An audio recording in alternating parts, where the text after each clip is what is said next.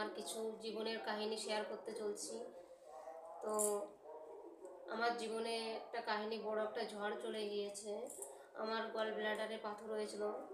সেই পাথরে প্রথমে আমি ধরা পড়েছিল যে গল ব্লাডারে পাথর। তো আমি অনেক ওষুধ খেয়েছি পাথর ফেলানোর জন্য, কিন্তু আমার কোনো ওষুধে কোনো কাজ দেয়নি। যে যা বলেছে তখন সেই কাজটা আমি করেছি, যে যাতে দেখি আমার গল ব্লাডারের পাথরটা ঠিক হয়ে যায়। তো তাও কিছুতে কিছু হয়নি।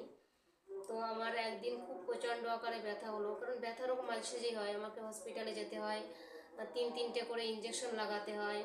তারপরে 2 ঘন্টা 3 ঘন্টা হসপিটালে থেকে তারপরে আমাকে ছাড়া হয়, কি ঠিক আছে এখন ব্যথা কমে গেছে, যেতে পারো। এরকমভাবে যাই হোক 3-4 বার ওরকম আমার সঙ্গে হয়েছে। তো একদিন রাত শেষ 8:30 বাজে, সেই সময় আমার প্রচণ্ড আকারে ব্যথা ওঠে। তো আমরা তখন হসপিটালে গেলাম, গিয়ে ওইখানে 3-4টে ইঞ্জেকশন দিয়েছে। তা সত্ত্বেও আমার ব্যথা কিছুতেই কিছু কমছে না। তো আমি বাড়িতে এসে 12:30টার দিকে, 12:30টার সময় এসে আমাদের বাড়িওয়ালাকে বললাম যে আমার খুব ব্যথা করছে, আমাকে হসপিটাল নিয়ে চলো। তারপরে বড় হসপিটালে, যেখানে নার্সিংহোম, সেইখানে নিয়ে গিয়েছে গাড়িতে করে। তো সেখানে অ্যাডমিট করানো হলো। সেটা হচ্ছে স্বাস্থ্যসাথী কার্ডের মাধ্যমে অ্যাডমিট করানো হয়েছে আমাকে। তো বেশ চেক আপ করা হলো। তো আমাকে ওটিতে ঢোকানো হয়েছে। ওটিতে ঢোকানোর পরে ডাক্তারবাবু জিজ্ঞাসা করেছে কি হয়েছে তোমার। তো আমি বললাম কি আমার গল ব্লাডারে পাথর হয়েছে। তো জিজ্ঞাসা করলো কতদিন ধরে। আমি বললাম কি হয়েছে 1 বছর ম্যাক্সিমাম তো হয়ে গেছে। তো তখন ডাক্তারবাবু কী করলো, মেশিন দিয়ে, যে মাইক্রো সার্জারি, সেই মাইক্রো করার যে মেশিন, সেই মেশিনটা দিয়ে আমাকে মাইক্রো সার্জারি করতে লাগলো। আমি কিন্তু প্রথম জ্ঞান হারিয়ে ফেলেছিলাম। তারপরে যখন আমি সজাগ হলাম, মানে আমার বেশিক্ষণ জ্ঞানে ছিলাম না। তারপরে ওরা মানে মাইক্রো সার্জারি করে বুঝতে পারছে না যে পাথরটা কী দেখি কিসের অবস্থায় আছে। তখন বলছে কি দেখি আল্ট্রাসাউন্ড রিপোর্টটা দেখি। তখন আল্ট্রাসাউন্ড রিপোর্টটা দেখে ডাক্তারের তো মাথায় হাত, বলছে যে ইনফেকশন হয়ে গেছে, হাতে কেটে ছাড়া হবে না। তো অপারেশনটা সেই মুহূর্তে কিছুক্ষণের জন্য বন্ধ রেখে বাইরে গার্জিয়ানদের বলা হলো যে পেশেন্টকে যদি বাঁচাতে চাও তাহলে পরে তোমাকে পেশেন্টকে হাতে কেটে করতে হবে। তো বলছে ঠিক আছে।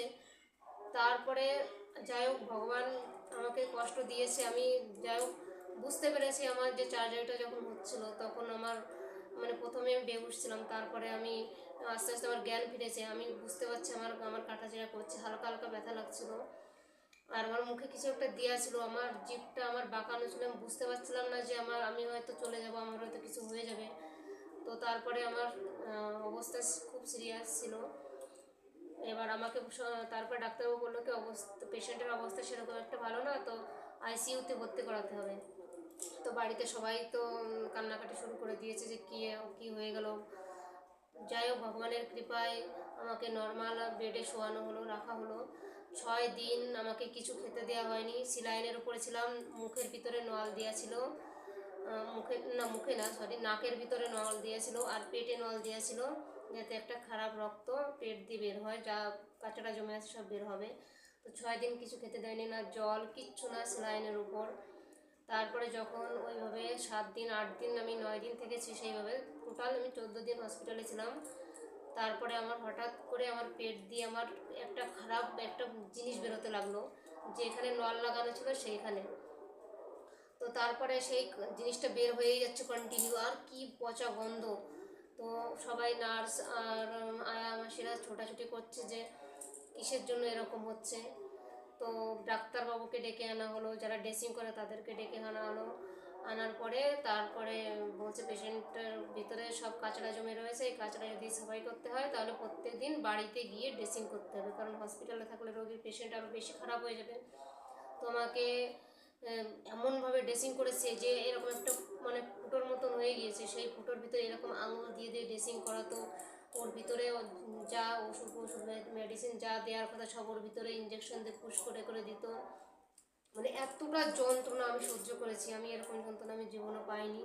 যাই হোক ভগবানের কৃপায় আমি আপাতত সুস্থ হয়ে উঠেছিলাম। কিন্তু বলে না যে বেশি দিন কপালে সুখ সয় না।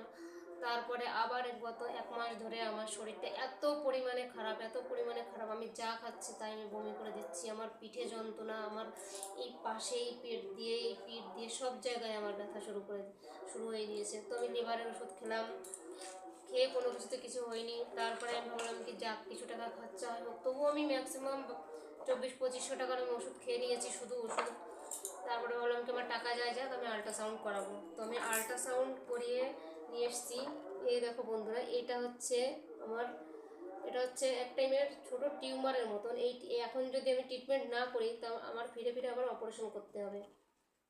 দেখতে পাচ্ছ এই যে কত বড় দেখা যাচ্ছে, এটা হচ্ছে এক ধরনের টিউমার টাইপের হয়ে গেছে, এখানে একটা খারাপ রক্ত। তো ডাক্তার আমাকে মেডিসিন দিয়েছে, কতগুলো মেডিসিন দেখো। এইসব মেডিসিন সব এখন আমার খেতে হয়।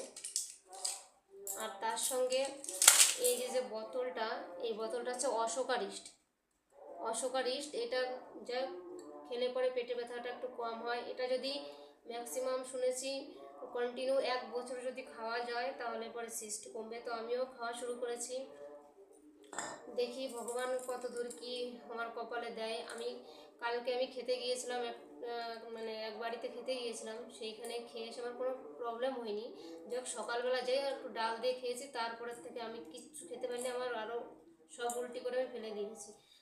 আমার পেটে এতটা পরিমাণে গ্যাস হয়েছে, আমি কিচ্ছু খেতে পারছি না। তো জানি না ভগবান আমার কপালে আর কতদিন এরকম কষ্ট দেবে। তো এত ওষুধের খরচা মাস গেলে এখন দেখছি যে প্রায় 2000-3000 টাকার ওষুধ আমার লেগেই যাচ্ছে। তো কী আর করবো, কপালে দেখি কতদিন কি কষ্ট আছে আমার জীবনে। আদৌ আমি কি আর ভালো হতে পারবো, স্বাভাবিক হতে পারবো? আমার মনে হয় না যে আর স্বাভাবিক হতে পারবো, কারণ আমার শরীরটা কোনো সময়ের জন্য একটুও ভালো লাগে না।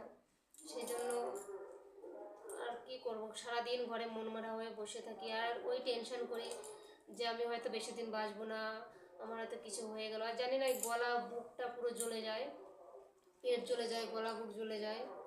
আর তো কিছু খেতেই পাচ্ছি না, কিছু কিছু দিন ধরে অল্প অল্প কিছু করে খেয়েছিলাম, গ্যাসের জন্য কিছু খেতে পাচ্ছি না, নুন জল দিয়ে ভাত খেয়েছিলাম। তো 2-1 দিন হালকা পাতলা ঝোল খেয়েছিলাম, যেমন অল্প তেল ঝাল মশলা দিয়ে, তবুও আমি হজম করতে পারছি না। তো বন্ধুরা প্লিজ সবাই একটু আশীর্বাদ করো যাতে আমার শরীরটা খুব তাড়াতাড়ি সুস্থ হয়ে যায়। আর যদি ভিডিওটা যদি তোমাদের ভালো লাগে একটা লাইক করে দিও, ব্যাস এই অনুরোধই থাকলো তোমাদের কাছে। তোমরা ভালো থেকো, সুস্থ থেকো, অনেক ভালো থেকো।